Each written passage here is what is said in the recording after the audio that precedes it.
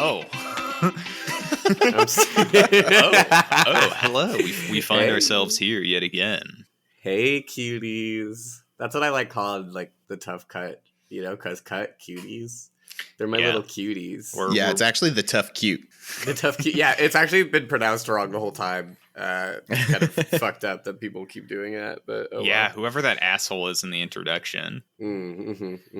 Yeah. We're somewhere between cuties and nasties, I think, is what our That's kind of a beautiful sentence. If I if someone described me, if I found out, because you know how you never know how people describe you to others. Mm-hmm. If I found out they were like, you're somewhere between nasty and a cutie, I would like that. I would really like that. Nice. It's pretty nice. Well, with that, let's get right into it. Hello and welcome back. We're the Tough Cute Podcast. And I'm Matthew. I'm Alex. And I'm Cutie Jake. And this is episode 61, part 4 of our Oscar bracket. And coming at you. Dude, we're closer to 100 than not to 100. Yeah, what are we going to do for our 100th episode? That's a crazy thought. That's Dude, wild. We should live stream. We should actually, do a face reveal. Do a foot reveal. Do a foot reveal. Ooh. Do like corpse and do an arm reveal. Arm reveal, yeah. Shout out Corpse husband, I guess. Come on the show. That's never going to happen. I can know some people. I'm not going to dig into that one. Coming at you in today's episode, we've got the finale of our Oscar bracket, which is 9 Days versus Mitchels versus the Machines, or 9 Days versus Mitchels for the ease of referring to it, which should be a ton of fun. But before we get into that, we've got some honorable mentions, because it turns out you folks out there in the audience also watched some movies last year and had some thoughts about them. It's true. We sure did. Oh, and we also watched some other movies that didn't make the cut. To get in the bracket. So we'll talk about Best those of both worlds happened here. Yeah. And also, Jake, I'll just say it. Spoiler warning for the honorable mentions and the movies that we're going to be talking about later. Because if you haven't seen them, we will probably ruin them. I plan on spoiling at least 2 movies that I talk about in honorable mentions. But they're movies I don't want you to see. So don't worry about that. Well, that doesn't sound like a very honorable mention, Jake. You're right, because they're dishonorable mentions. Whoa. I'm starting out. I'm a positive person. We're very positive it's on this coming out podcast. the gate hot over here. But I'm coming in hot because it came up. Look, I genuinely believe it is a red flag if you thought Licorice Pizza was a good movie. I am full sense saying that. If you like Licorice Pizza, you are probably some white guy who has some fantasy about when you were younger, some older woman thinking you're so cool and so unique that she wants to be with you, and it's the only reason why she won't is because she's older. Fuck off, guy. I don't no. This movie, I've never seen a character in Alana Haim written so well and so poorly at the same time. And I've said this before, on our Oscars predictions bonus episode, but man, oh man, I think that's not great. I think it's romanticizing very bad things. But Alana Haim, you acted your ass off. Bradley Cooper, you were in the movie. We love that. I love when Bradley Cooper is in a movie. Generally. Honestly, he's the best part, and he's there for 2 seconds for no reason. Oh, what a bummer. And then they literally use him in the trailer for scenes that got cut. We love to see that. No. Yeah, I mean, I haven't seen Licorice Pizza, so fortunately, I guess I get to dodge Jake's black mark of death over here. Yeah. And I don't have thoughts about it, because literally, that's how the film should exist. The only discourse I have gotten about Licorice Pizza is just from Jake. I know it's trended on Twitter a few times, and some people have mentioned it in passing, I thought the movie was good, and I'm like, that's weird, because this guy who I really trust with his movie opinions keeps saying it's awful. So, dude, again, just because your film looks pretty and because they act well doesn't mean the content is not garbage. And I just couldn't get past that. I couldn't get past how garbage the story was. Yeah. I don't know if you guys have more thoughts on Licorice Pizza, but I actually want to parlay this into one of the audience honorable mentions and sort of one of mine. Yes. Yes.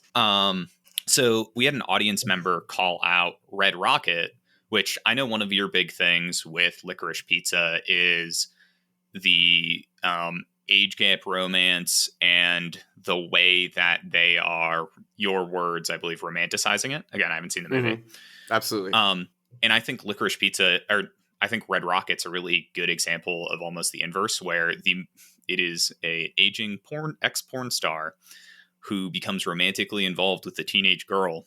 But the movie has no qualms about, like, it is not a good thing. They're not treating it as such. No, and like I saw Red Rocket and I liked it more than I liked. It's just because like Licorice Pizza will literally tell you, oh, like this is a strong woman, she's doing her thing, and then every decision she does is for a man, and then she like, I don't give a shit, I'm spoiling this movie. She kisses him in the end and like shows him like, oh man, it's just like, it's weird. Oh, and also there's a scene where they're laying together and he goes to grab her boob and like she's asleep, right? And then he doesn't. And then he's like, yes. And then we're supposed to be like, wow, this is a really character building moment for this guy. It's like, no, fuck you. Like you thought about it, you tried to do it, and like you're like gross for that. I'm sorry. Like, and like Red Rocket does not do that. They like, these are not great. Yeah. Red Rocket is a good example of how to like it's an overtly, like, literally, essentially a predatory romance, but the movie is not, like, sugarcoating that to be like, we should wistfully all search for the aging porn star to sweep us off our feet. Jesus Christ. It's also a really fantastically written film, but I just thought that was an interesting comparison, that you can both have, in your opinion, a bad example of this and a better example of this. Yeah. Since we're just starting off talking about dishonorable mentions, I think it's worth noting that someone in the audience said The Green Knight, but with not next to it, so not The Green Knight. Which I think means they meant it as a dishonorable mention. I didn't see The Green Knight, but someone I know saw The Green Knight and said they thought it was bad and weird. Really? Whoa. Yeah. Dude, I mean, worst comes to worst, even if you think the story is weird, if we're talking full like Oscar like things, it should have won something for cinematography or been nominated for cinematography or makeup or costuming. Yeah. Like it just, the fact that it wasn't nominated for those categories, it looked brilliant. And like watching the behind the scenes of them like crafting like The Green Knight and like, you know, doing it, it's like, it's a gorgeous film. And even if you think the story's weird, because it's a little weird, it's a fable, you know, fantasy. That's not everyone's jam. The like close. It's an Arthurian tale, and it's like an actual adaptation where like most Hollywood Arthurian adaptations are like, look at these badass wicked knights fighting droves of dudes. Yeah, no, this is like one of the weird ones, and this is like the poetry of like, nice, yeah. So I totally agree with Jake. I think the cinematography, I think the art and makeup is super beautifully done. But it's also a movie I understand people not liking. Look, you get to see Dev Patel literally jack off. I don't know, like, why you wouldn't like that movie. What more can you ask for? Like, get over yourself. One more thing on The Green Knight. Before we move on, the advertising for this movie was just like burned into my brain, because they kept like trying to be like, okay, look, we know it's a weird premise. I know you haven't heard of The Green Knight. Gawain, he's an Arthurian knight, okay? And this, we're telling the story, the real story. And I'm like, what's going on here? There was probably one person from their childhood that bullied them for knowing so much about The Green Knight. And it's like, this is why I'm doing this, okay? This is for you. And like the advertising was for one person and one person only, which is how all ads should go, guys. Like, so I don't know. Very targeted advertising that alienates most of the viewership. Tiny little thing before we jump into some more honorable mention stuff. Green Knight was an A24 film, and I feel like some of the A24 advertising in recent memory has just been a little like for Lamb. Yeah. It's just been kind of odd. Anyway. They use the same like songs in their trailers, like the same like score almost. Like they want you to know it's an A24 film without even having to visually if I look closed at the trailer. my eyes and someone saw me the trailer, I would guess it's an A24 movie. Which, no shade, I usually fucking love A24 movies. So yeah, so to circle around, bring us back to honorable mentions, I'll throw out one of my own. I can't remember if I talked about this on the actual podcast or just to these two, but I was going to put Drive My Car in this bracket, but ended up putting Worst Person in the World instead because I love both films very, very deeply. And I just wanted to, signal boost Worst Person in the World. But this is my way of doubling back down on Drive My Car. It's a fantastic film. It's really good. People should just watch it. I mean, it was good because you're going so back and forth that accidentally Alex ended up watching it for the podcast. So in a way, we got at least one more person to watch it, and he loved it. It's really good. Guys, if you haven't seen Drive My Car, you should. It's really, really good. Yeah, it's the Cars franchise is taking a wild turn, and I'm really proud of it. Craziest things happen when you put things in the hands of a Japanese director. Pretty wild. It was funny. Watching Drive My Car, I was like, because it has some credits in the beginning, and I was like, that name looks familiar. Yeah, they don't drop for like 40 minutes in. Yeah, I was like, that name looks familiar, and then as I was watching it, I was like, this feels like this is a vibe that I like know. And I realized it's based on a book by Haruki Murakami, and I like read a bunch of his books when I was in high school for an AP World Lit class. Like, it's just pretty wild. Awesome. Yeah. Murakami, That's sick. Yeah, but I have a couple other movies in my list of honorable mentions. Yeah. So let me just say off the bat, I picked King Richard because I felt like it was the movie that I watched this year that felt the most like it was trying to be an Oscars movie, right? It pulled it off. Will Smith did, in fact, win an Oscar. Did. There were many other movies I watched that I enjoyed probably more than King Richard. One of them... But did you enjoy it more than Jungle Cruise? Too. Jungle Cruise was so much fun, and I was so torn when I was picking it because there were like a couple other movies that I really kind of wish I had picked now. If we're gonna, okay, I'll talk about Jungle Cruise. But for Jungle Cruise, I was between two movies. I picked Jungle Cruise because I hadn't seen it before, and I thought it'd be really funny. The other movie was Godzilla vs. Kong, which was just watching that on an airplane, peak airplane movie right there. And that's that kind of energy I want to bring to an Oscars bracket. What'd you guys think? Look, you're talking to Matthew here. He would have loved that shit. Yeah, he would have loved that shit. Big fan of giant monsters fighting each other. Kaiju movies are my jam, dude. Like, I do think though that the movies in that franchise got worse and worse as they went on. For sure. Oh, definitely. Because I really loved the 2014 Godzilla. Yeah, I the thought first that one? shit was really good. Yeah, I agree. 100%. In the second one, when they say, oh my God, Zilla. Like, it cannot get dumber. For a movie where the 2014 one was so serious and felt so grounded, for them to then have that line in this movie, it was absolutely crazy and ridiculous. That's pretty metal, though. That's camp. It kicked ass. It kicked ass. It kicked ass. Jake. It's about what you would expect. Yeah. Jake, did you have a movie? Did I have a movie? I sure did. I also think this is one that, like, I also understand why people didn't, or why they wouldn't like it. I really loved The French Dispatch, but that's because I love Wes Anderson. But it was very Wes Anderson, and it was basically just like a bunch of different stories and like, little things. But for me, it just was such a pleasant time. Like, I just found myself having a very pleasant time, and sometimes that's all you need in a movie. Like, I just need to sit there and have a pleasant time. The actor's still great. Like, it's still Wes Anderson, like a language that I love. And and I thought some things were like really good. Like, Frances McDormand was really good. Jeffrey Wright was really good. Timothée Chalamet was in the movie. And,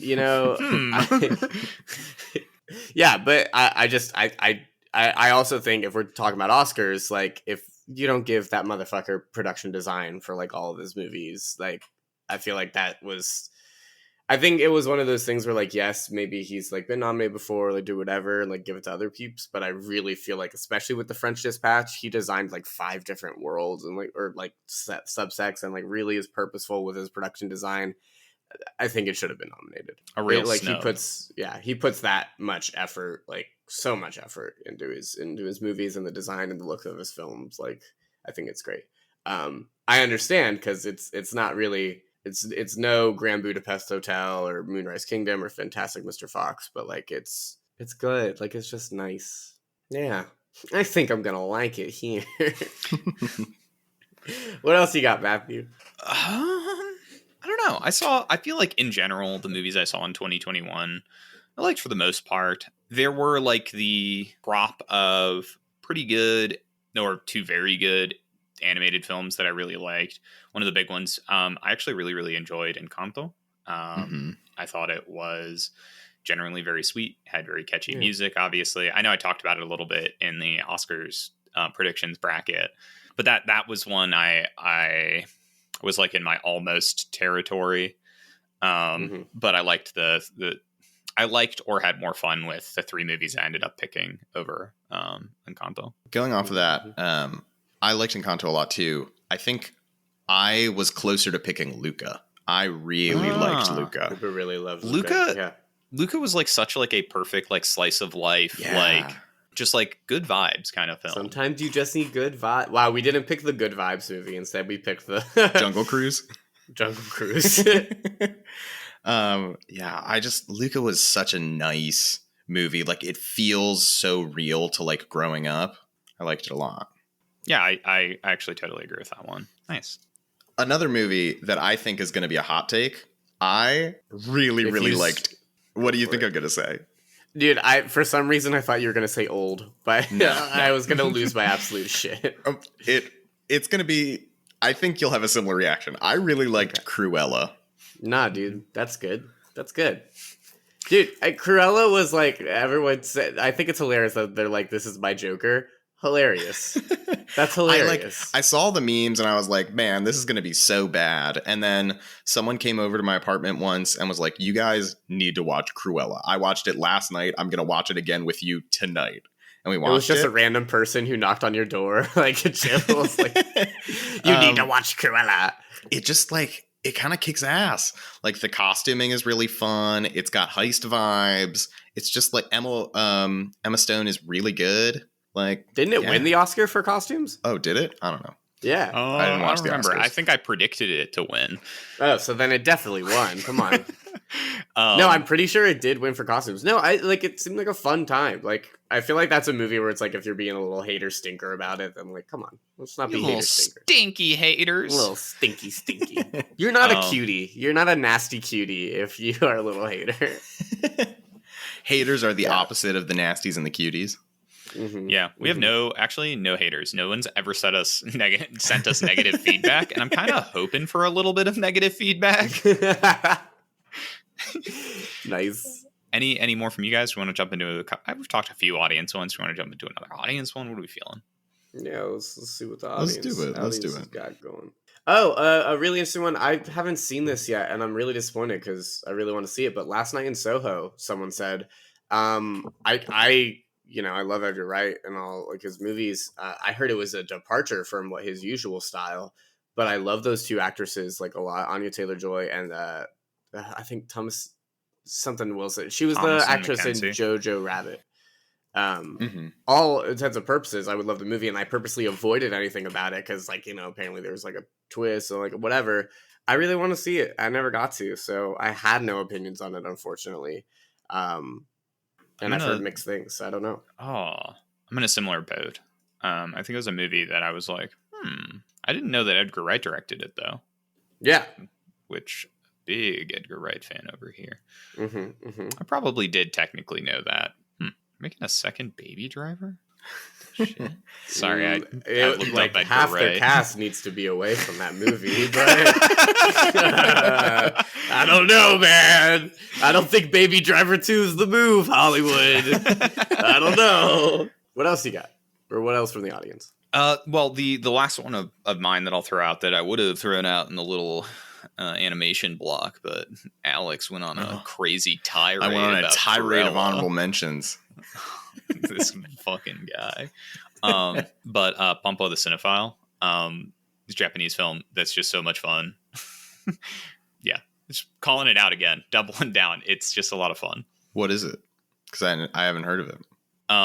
Basically, Pumpo, who is just like a film fan, and assistant to a producer. Yeah.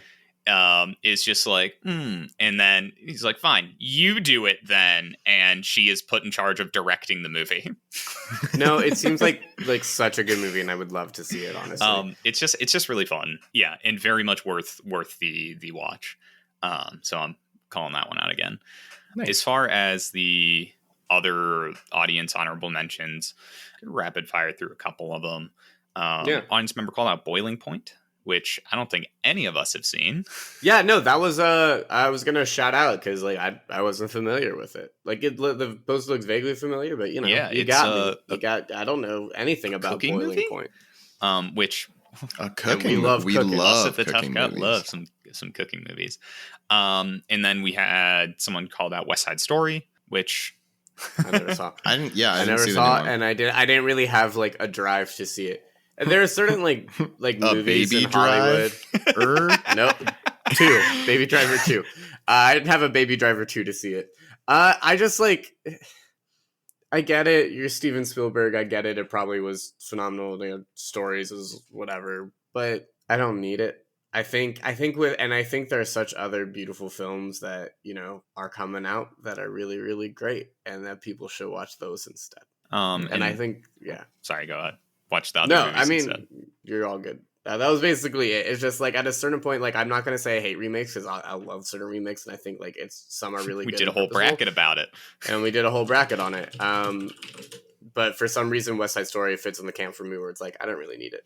And then we had Tick, Tick, Boom, which you've seen, I Jake. really liked. Yeah, I liked it as really well. I don't know if you've seen it. Yeah. Have you seen it, Alex?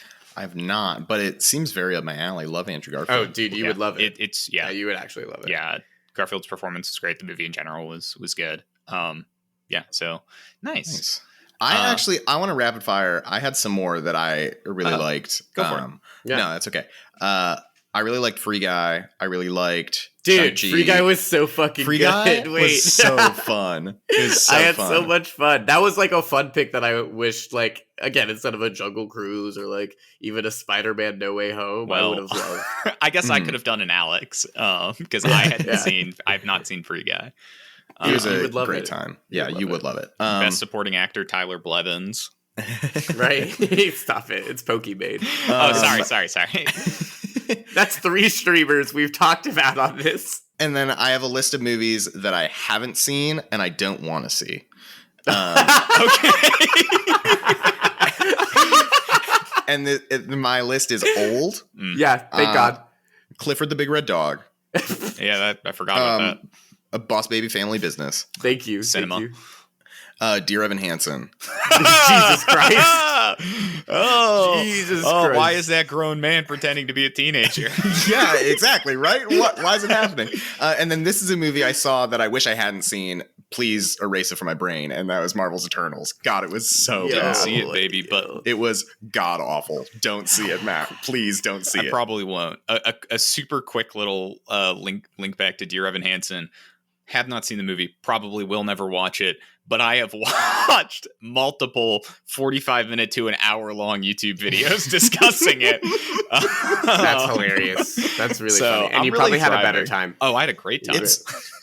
Dear Evan Hansen's a great musical. I just don't get why Ben Platt is still attached to it. Well, he's so old. I mean, didn't his dad produce it?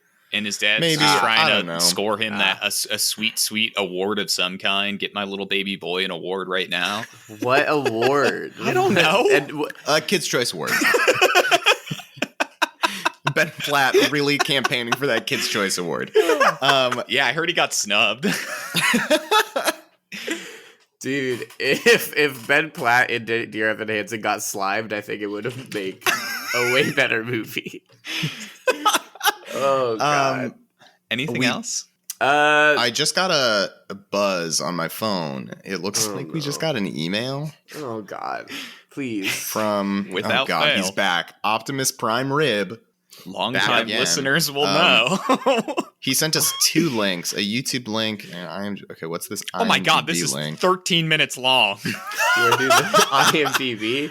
Okay, so this IMDb link is He links to the awards. the Transformers Age of Extinction Awards page on IMDb. Oh, won There's the no worst winners movie here. of the year at the No, Golden Schmoes. And this YouTube video. Let's see. It's 13 minutes long. We're It's- not watching this hold whole on. thing. I'm sorry. It's every explosion in Michael Bay's Transformers Age of Extinction. And it's 13 minutes. Okay, unpack that for like half a second. 13 minutes of screen time in that movie are explosions. That's so much money. That's like so much money. It's an insane amount of money. And yeah, it is in fact just a bunch of explosions. Wow, this is so funny. Yeah, I love you, Optimus Prime Rib. I love the constant and unending harassment, but I'm not watching this whole video. I'm sorry, but the Teen Choice Awards, it got nominated for Best Villain. Who's the villain in this Isn't movie? it just Isn't it the Megatron ship? again? Is It's Megatron probably back? just Megatron again, right? No. It's the Romeo and Juliet laws. It's the fucking system, man. Yeah, all those kids are real worried. Oh, God. And it got nominated for Best Breakout Star. Oh, you know. The T-Rex. No, fucking the dude who talks to plants from The Happening. Mark Wahlberg. That's his breakout role. That's not real. It's not real. But okay. It's Nicola Peltz Beckham. I think David Beckham's daughter. Oh, that's no, that's Megatron. Oh, thanks. Like that. Yeah, Jesus. Again, not watching this entire video. It is literally just 13 minutes of explosions. Also, this has 2,000 views. And we're 3 of them. So I am confused on why this was sent to us, because it's not like this video was in 2021. This was uploaded to YouTube on April 6th, 2020. I think it's showing the cinema of, explosions. And, I also want to unpack why someone made this compilation 6 years later and uploaded it. Like, youtube.com/this guy's channel. What are some of this guy's other videos? He mostly does programming. Like, unironically, this is mostly Python tutorials in French. That's absolutely wild. What? He just really likes Transformers Age of Extinction, I guess. Yeah, he's done in every explosion of Michael Bay in like every single one of Michael Bay's movies. He like went through a phase. He does a French Python tutorial every week. It came out yesterday. But like going back, he went through a phase in 2020. I guess quarantine hit this man hard, where he just for like every single Michael Bay movie did a compilation. Dude, yeah, he had to have time. That's crazy. Anyway, thank you so much, Optimus Prime Rib. Again, I'm not watching all 13 minutes of that. Wild. Thank you so much for all your honorable mentions, listeners. We really do appreciate it. Shall we get into our final matchup here? Let's do it. So on one side of this matchup, triumphing over Jungle Cruise, sorry, and Malignant, 2 absolute unstoppable forces, or very stoppable forces. To make its way to the finals, we've got Mitchels versus the Machines, and on the other side, making its way past Spider-Man No Way Home and Worst Person in the World, we've got 9 Days. Both of these pitched by our very own Jake. Jakey boy. Jakey boy's seen a lot of movies. If you want to quickly introduce these two, Jake? Yeah, I would love to.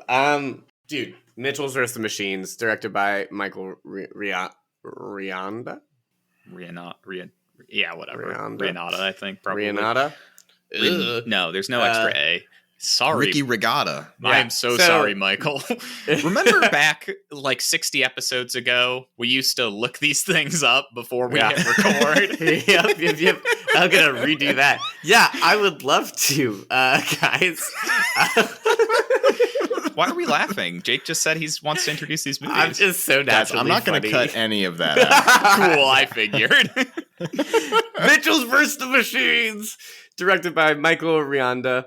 It's a Sony animation film, from the folks that brought you into the Spider-Verse. They did this awesome a movie about a quirky filmmaker in Michigan. She clashes with her technology-hating father, and they're forced to go on a road trip, and in the middle of that shit, all hell breaks loose, machines take over, and they have to save the world. It's just such a beautiful, fun family film, and I'm so proud of it for making it this far. a big word of mouth success, I feel, and anyone who sees it, I haven't gotten a negative word about this movie. On the other side is 9 Days. Lovely, lovely movie again. This is one where a man lives, he conducts a series of interviews in this little house in the middle of some, purgatory, whatever you want to call it. And he interviews a bunch of human souls for the chance to be born and live life. This is like it's more of like, like indie film stuff. It's like very like sci-fi, but like kind of, exploring philosophy and like human like life and all that. It's very Oscar-y, but it didn't get any Oscar buzz. So I just felt like I just love showing people this movie because I feel like it's a very like special movie to me, and I feel like it hits a lot of things that I think a bunch of different people would really enjoy and get from it. And I think it's a great original idea. It's from a filmmaker. This is directorial debut, which is absolutely insane for how like well crafted this movie is. So yeah, I'm just excited that it made it this far as well, and that my friends enjoy it. So it's gonna be a wild matchup. Yeah, I did much better introducing these than I did last time. If anyone, I'm very proud of myself. Yeah, those were great. You did a great job. Thank you so much, Jake. So anyone have a comparison right off the bat? Alternatively, I can do one, I guess. Yeah, go for it. So I've got a lot of thoughts on 9 Days philosophy, but I'll hold off on that for now. We'll start off with a light one. Ooh, he's like teasing us for future. I know, baiting you just a little bit, satiate those philosophical taste buds.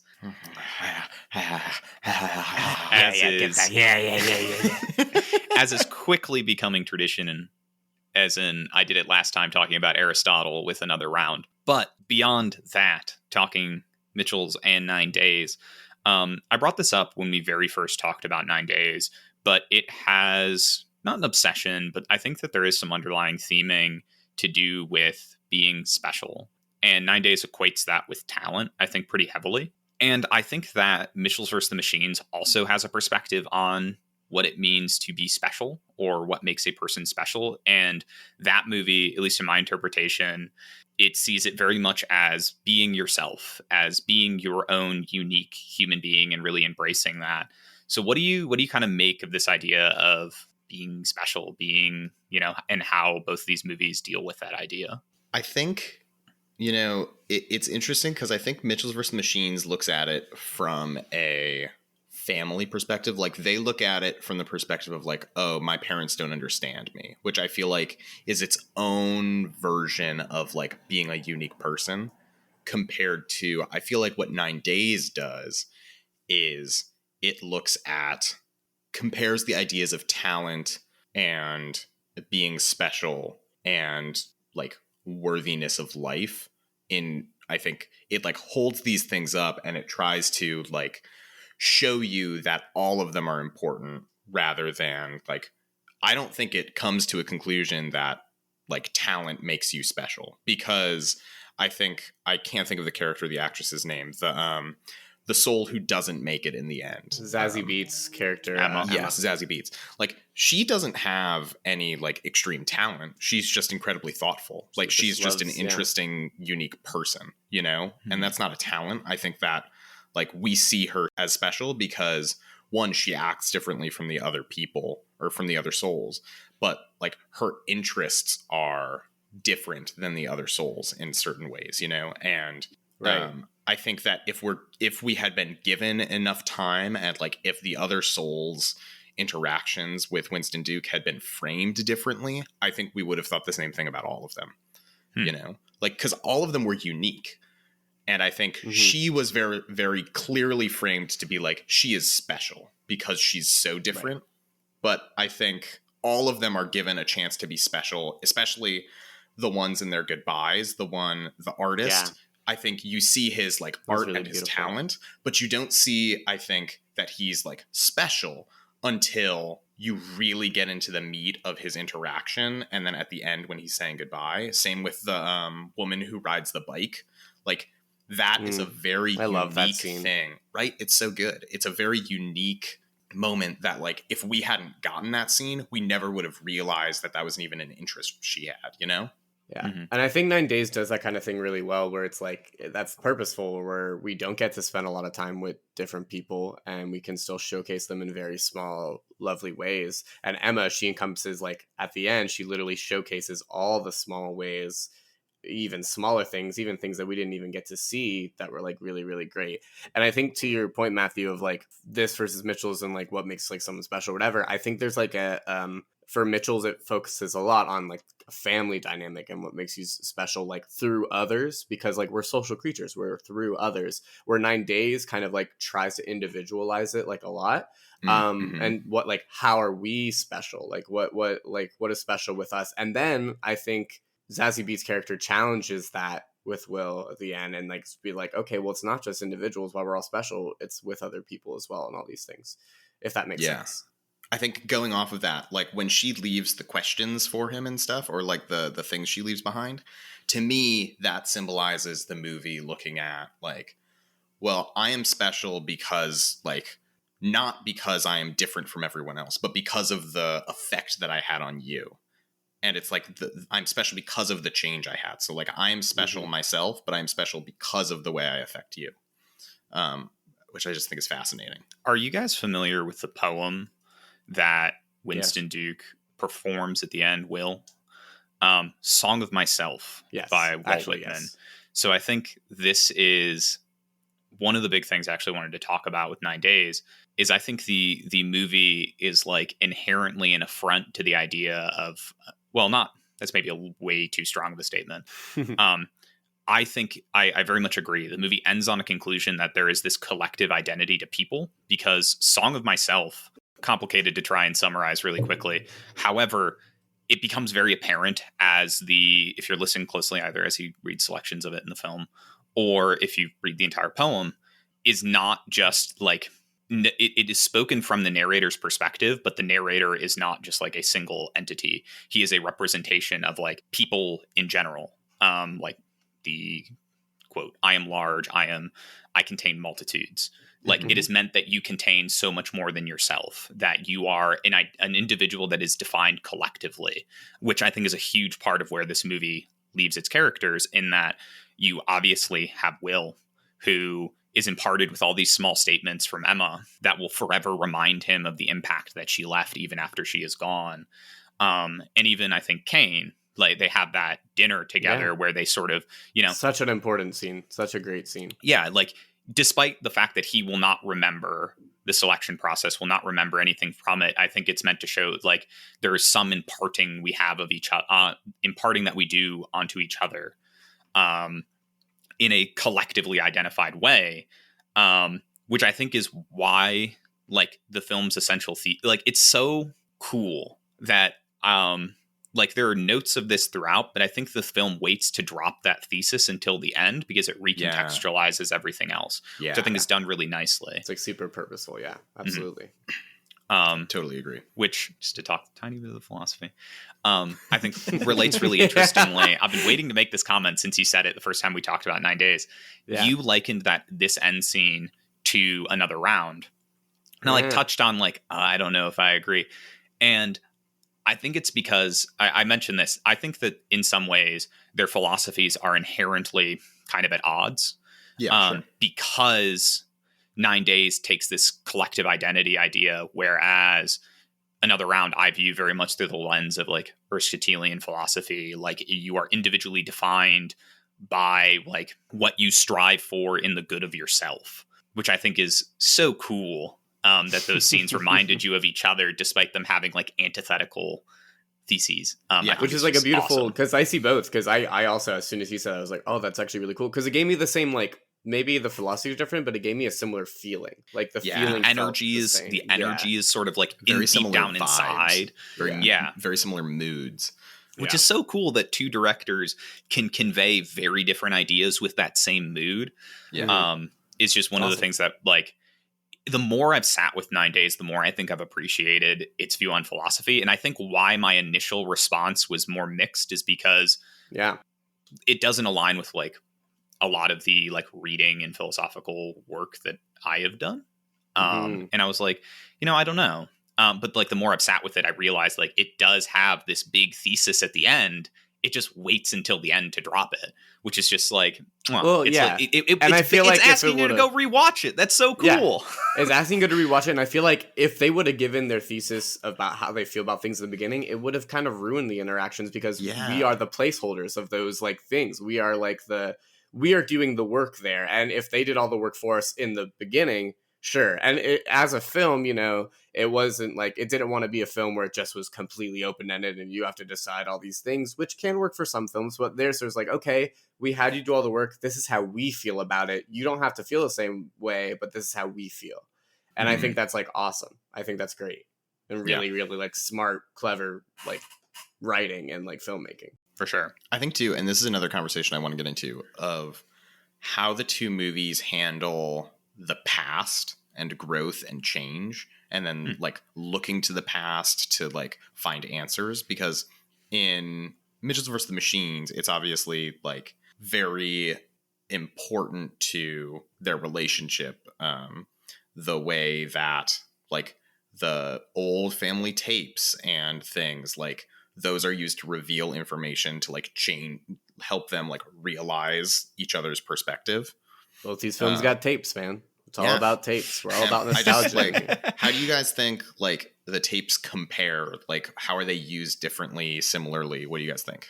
I think that this is actually an instance where I really like Mitchels, and I think it has a leg up on like that device specifically, because I feel like it really grounds like a family thing, and like also like, yet these souls that are shown the things in 9 days, they haven't lived, like you said, they haven't experienced it, and that's still a beautiful thing. We know that as an audience, but as characters, they're learning it. Whereas in Mitchell's, we see it and we're like learning, but they have way more context as characters that exist in that world for those tapes. And it's like, and you could tell that. And it's like a beautiful thing. And it hits, of course, like again, the nostalgia, like a very purposeful, like using tapes instead of like CDs, and like those like little choices, I feel like are really like special and indicative on like how, like that feels like such a family, like that feels like very specific. And I think how they articulate that and like show that, especially in the animated medium, is really, really special. I really enjoy how Mitchels does that. Mitchels does a lot, I think, to really hit on nostalgia. Like when they're in the mall and the Furbies are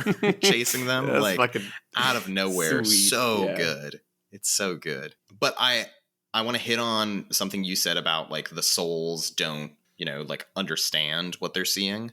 I just had the realization that like I was wondering why it sometimes feels so like off when you're watching 9 days. Like the characters sometimes just feel off, and it's because they're supposed to feel alien. Like they're not supposed to feel human. And I just realized like now the difference between the souls and Will is it just finally hit me. And like he spends all his time doing that too. Imagine the impact someone can have of someone he's been trying not to feel human. I mean, he had that whole line with Zazie Beetz' character. He's like, well, why don't you do it again? Why don't you act? He's like, if I did that again, I'd feel human. Like I'd feel alive again. Yeah. And like, oh boy. So he has the choice to feel alive. He just chooses not to. That's why he chooses not to like eat. He chooses not to drink. And then he finally shared that drink with Tony Hale's character and like stuff like that. Like, yeah, he doesn't want to feel alive until the end.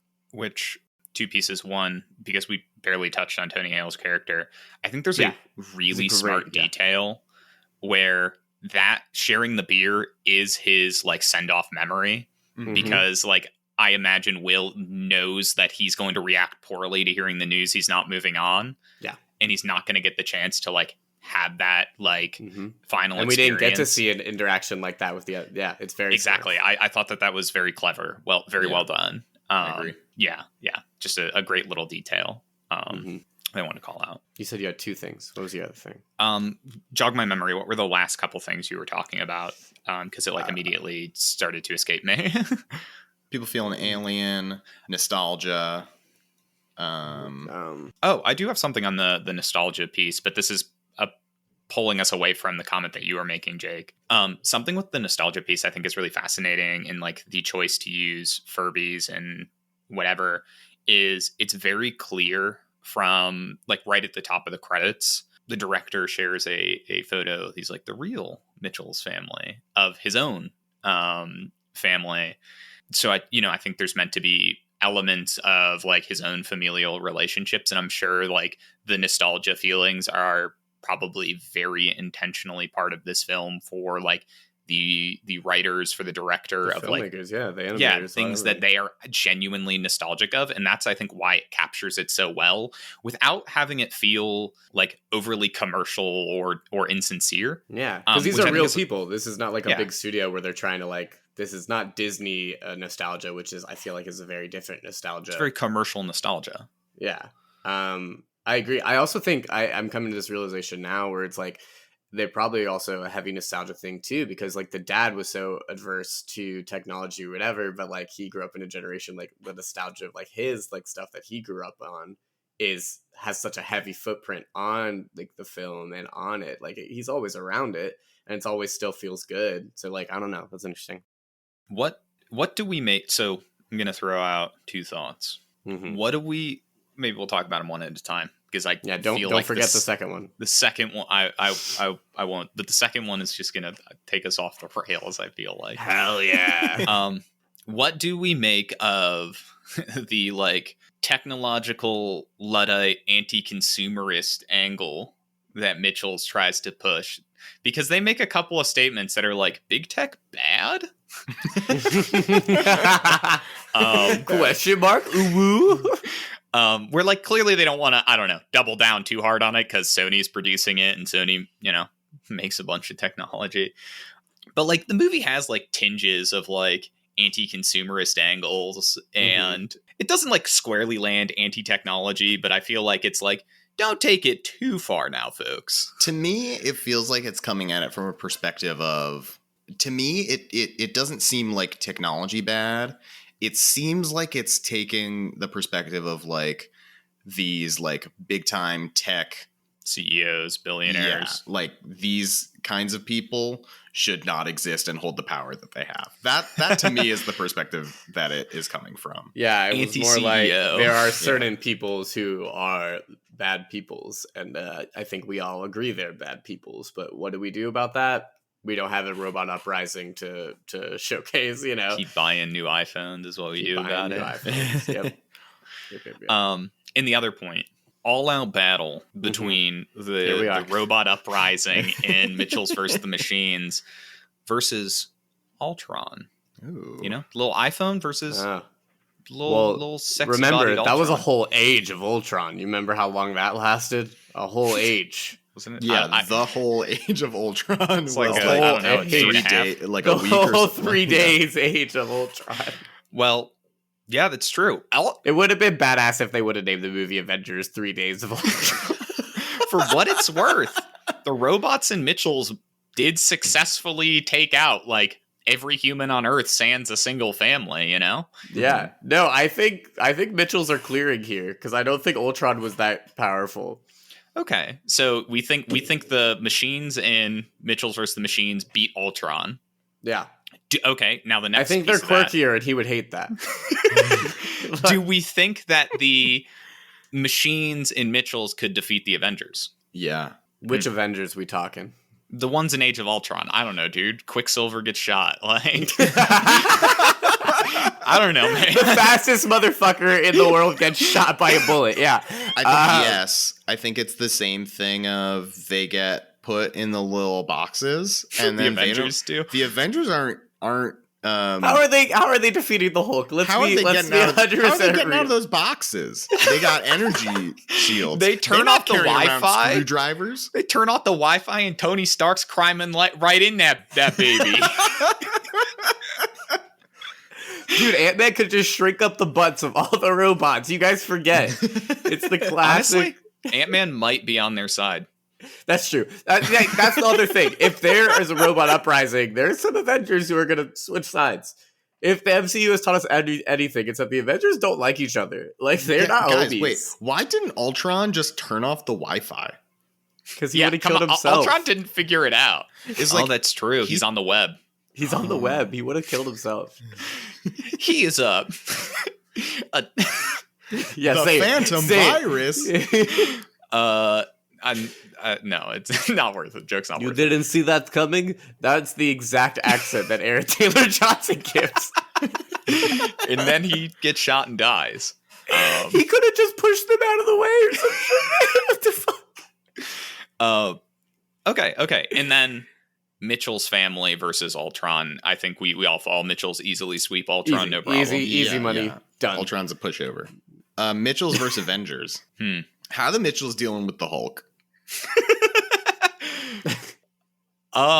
Dude, I think they just have the little brother talk to the Hulk, and he would short circuit, and then he would like go back to being Bruce Banner. Yeah, you know, I think that's what would happen. Like how in Avengers the Hulk wouldn't come out. It's like that kind of thing. It's that kind of just like I can't. Dude, I can't. Not this kid. I can't do it. Not that kid. Yeah. Okay. I do think if they imagine if the Mitchells got Scarlet Witched. Like, imagine if they got bewitched. Like, what would they do? What's going on with them? What would they see? What would their dreams be? Who knows? I'm going to be honest. I've never seen Age of Ultron, so. I mean, it does take 3 whole days to watch it, so, you know. Yeah. I mean, I've seen some clips, so I've pretty much covered the necessary pieces. Yeah, probably. Cool. Okay. Yeah, I just wanted to get a couple of those questions out of the way because I saw clear parallels, you know? Robots? Yeah, I'm glad. I don't know. I feel like I may vote for Age of Ultron here. It might. It's a real dark horse in this race. It's a dark horse. Now, remember, Malignant is also attached to... And now that we've talked about Age of Ultron, Malignant is attached to Age of Ultron as well. Yeah, if Ultron had a Malignant... That movie would have ended very differently. Could you imagine Ultron's head splitting open and just tiny little robot arms claw out? Or, even more terrifying, they're little, like, biological masses. So he's half man, half machine. He's now Cyborg Ultron. R/brand new sentences. Do you think Ultron having a Malignant? Like, no one has ever said that shit. Do you think he becomes more powerful? We give you brand new content. Brand new content. 100% original. Wow. Thank you. Circling back to 9 days. Yeah. You were right. We were off the rails. Souls would deal with Ultron. How would the souls deal when Thanos snaps them? They're in pre-existence. Do they go to sub-pre-existence in the Soul Stone? They all have to drink a beer with Tony Hale. That's it. Honestly, if Thanos just sat down, had a beer, like, that guy would calm down. Why hasn't anyone asked Thanos to have a beer? What if, like, I went up dead ass, hey Thanos, you just want a brewski? You just want a brewski, dude? Settle down, bevy man. with the boys? Man, Fast 9 was good. Is that the premise? They go to space to fight Thanos? No, to give Thanos a brewski. 12? Which one's they're going to space? Jake, I don't... Okay. Quick sidebar. Quick fucking sidebar. Jake says it every time we bring it up, and I have no idea if that's true. The very first time I, like, push back a little bit, and I'm like, I don't know if that's actually true, Jake. And now, like, my brain's just accepted that that's fact. They go to space. They do. I shit you not, they go to space. We'll see. We'll see when it comes out. Honestly, F9, the Fast Saga, another honorable mention for the year. Did that come out this last year? Yeah, that was this year. Damn, that's crazy. Okay, so circling back to 9 days. Mm-hmm. So I don't know if there's like a good way to make this statement without coming like Zazie Beetz' character without coming. Yeah, it's impossible. I'm so sorry. Zazie Beetz' character Emma. So I don't want to like make this like I'm making like a 1-to-1 claim here, but there's part of me that I think there's some elements of like the manic pixie dream girl like saves the male lead to their dynamic that like I don't want to go all the way with it because I do generally think she's pretty well performed and written. Mm-hmm. But I do think like it seeps in there a little bit where she mostly serves a vehicle for Will's growth. And I just want to know what you guys make of that. So it's tricky because like surface level maybe, but I think the film is like smarter than to fall into that trap, especially because of her interactions with other people that she gets. Like it sucks that like they were she only got to interact with males. Like she did interact with Benedict Wong's character and like also like was really well with him. She did interact with Kane and we talked about him parting with him. She is helping all these people, but I think it's just because of like how her character was, because she's just living her life. She's not trying to help them. She doesn't even know what that fully means. I feel like that is tricky. I haven't really viewed it like that. So it's like fresh and monogamous in my brain.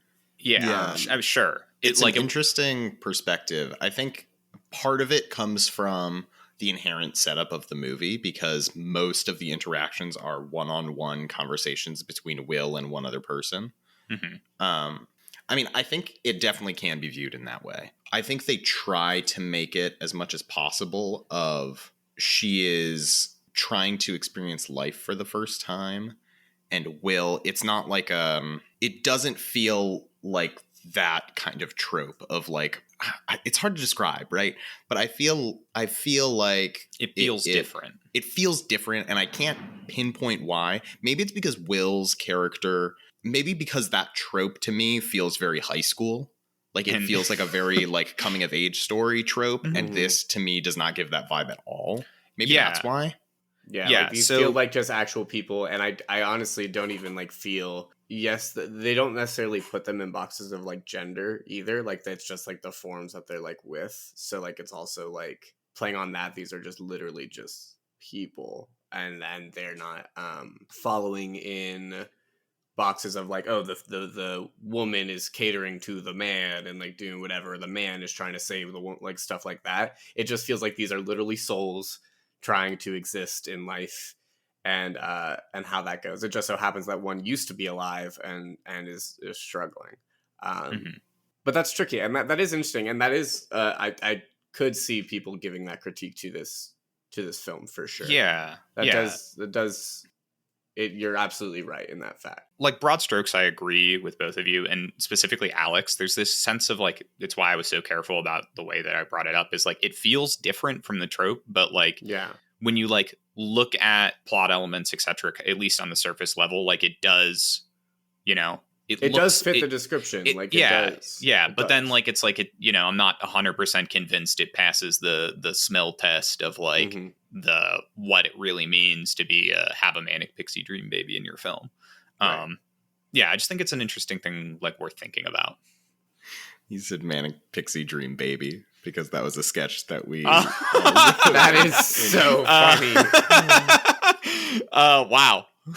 That is so funny. You said manic pixie dream baby. Did we used to do sketch comedy together? Imagine. That is so funny. Manic pixie dream girl. Whoops. That's so funny. There's so much more that we could say about these movies. I feel like we could talk about them for probably another hour at least. But we're coming up on our time limit. Yeah. It's the one thing really I'll tough. say, like the very last thing I'll say about these two movies, out of all the ones that we had in the Oscars bracket, I think for me, these two are definitely the ones where like I really would love people to watch them. Like I think we have a very strong finale of like films where it's like I feel so good about showing people these movies. Besides Malignant, that's like, come on, guys, everyone go watch That's Malignant. a gimme. But no, I genuinely think these are very like awesome movies that I feel like I would love people to see, and there's a reason why we could talk about them ad nauseum. So yeah, that's my always pitch at the end of these things for people to watch these movies, because like reasons we do the podcast: one, to talk to each other, have fun, we love each other on this show, but two, I really hope people feel motivated to watch some of these movies from like these artists that are making really good stuff out there. How are we feeling? Are we ready to make a decision? I don't feel ready, but like I don't know if I ever would, because I love these movies for very distinct reasons. I think is the tough part. It's the tough cut. It's the tough cute. It's the tough cute. Tough cute. Tough kid. The tough kid. Wait, are you Aaron Taylor Johnson in Age of Ultron? Okay, I'm gonna write down my vote this time. Oh, we haven't done that in a hot minute. It's been a hot minute, but I feel like we should this time. Yeah, because I feel a snaky desire to change my vote. So yeah, I agree with you. I think I know my vote for sure, and I can go first. It is tough, but I think actually our conversations, you know how sometimes we have these conversations and they're not helpful at all? This time around, I feel like it actually genuinely did help me. Yeah. Okay, I'm ready. I'm written down. Okay. Jake, you're so confident. You go first. I did write it down. I will. We say it all the time. Genuinely do love both these movies. I think our discussion that helped me the most was talking about kind of what it means like to be like special or human, like the relationships to like basically which camp do you land on, whether like it's about the individual and then the theme at the end, like Matthew said, versus in Mitchell's like the familial, that kind of thing. I'm gonna vote for 9 Days. I think it's just like it's so well crafted and very, very strong. And also Mitchell's did get at least nominated. It didn't win, but 9 Days didn't get any love, and I feel like that's a shame. So I'm voting for 9 Days here. This man's signal boosting. Yeah, man. I am voting for 9 Days. I just felt, I don't know, something about it really hit my soul. And I know that I think is kind of what it's going for. Like it wants to like have that impact on you. And for me, it just hit really well. That's crazy. Thinking back to our Oscars bracket last year, I went on this big long tirade of like the best movie I saw or my favorite movie of the year. And it was Sonic. Yeah, but other than that, I this year am voting in much the same way. 9 Days. I think that I'm an absolute sucker for a philosophical movie, and getting it. I mean it very literally when I say the more I sit down and think about the movie's core philosophy, and even if it isn't a philosophy I necessarily like 100% identify with, the fact that it has like a cogent philosophy and stands by it and makes that dramatic thesis at the end is so beautiful. Yeah, it's great. It's a really special movie, and so impressive for a directorial debut. People should watch it. Definitely go watch it. Dude, look at us in our Oscars. We were all together then. What's it, consensus? Yes, we got a consensus. Unanimous. We did both come to a unanimous consensus. In another round and this one, so maybe. And Jake or Alex didn't vote for another round. He voted for Palm Springs. Oh shit! It was first Palm Springs. I don't remember. You're absolutely right. That was such a good matchup too. Those movies are so good. That was like wow, great movies. Well, honestly, we don't miss when it comes to our Oscars brackets. No, yeah, you're right. Every movie in this bracket deserved to be here. Oh, it did. Jungle Cruise included. It did. Those conquistadors, what would they do against Ultron? Find out next episode. Right. What are their names? Just quick, can you give me their names for the audience? Jake Sully, haha, funny fucking Sully. Agiro was one of them. Alex knows. Alex is internalized. Dude, here's the thing. I cannot challenge you on that because I don't know. Dwayne The Rock Johnson. True, technically. True. That is true. With that, 9 Days was the Tough Cut Oscars pick of the year. We will be sending an award. I'm sure it'll get lost in the mail again. Oh god, they keep getting lost.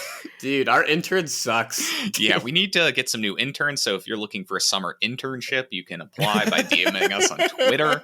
But what do we got coming next bracket, guys? I feel like I hear something. Did we even hint about it this time? I don't think we did any hints. No, I don't think we talked about it. I think I said the word like booty at least a couple times. I probably let out some args, you know. All right, guys. Porno bracket, here it comes. Porno bracket. Whoa. Dude, we should do some that'd be a fun Whoa, one. Alex, you missed the note we sent out right before recording. There was another our fucking email? intern sucks. Our intern sucks. Why doesn't he show? We're firing him. No, the Tough Gut's taking to the high seas. We're doing a pirate bracket, baby. Pirates, baby. God, I love pirates. In the coming weeks, days, whatever, we will be making an announcement as to what's in the bracket on social media, so be on the lookout for that. It should be a ton of fun and a bit lighter fare after this stinky old Oscar bracket. Stinky. We are taking a slight break next week. There will be a bonus episode coming out because of some scheduling conflicts that we have, but it'll be coming out on time. We pre-recorded it. It's a pretty fun one. Okay, we're going with that. Yeah, sure, nice. I think so. Yeah, I think so. It'll be good. So look forward to that next week. And then Pirate Bracket will be coming week after that. Lots. And it works out because while we didn't hint at the Pirate Bracket, we technically did hint at the bonus episode. Did hint at our bonus we'll episode. So stay tuned. Keep you guessing until it comes out. But it's coming up quick. True. So stay ready. With that, stay ready. If you enjoyed today's episode, who should they share it with? Dude, share it with someone who has not been born yet. Share it with your unborn nephew.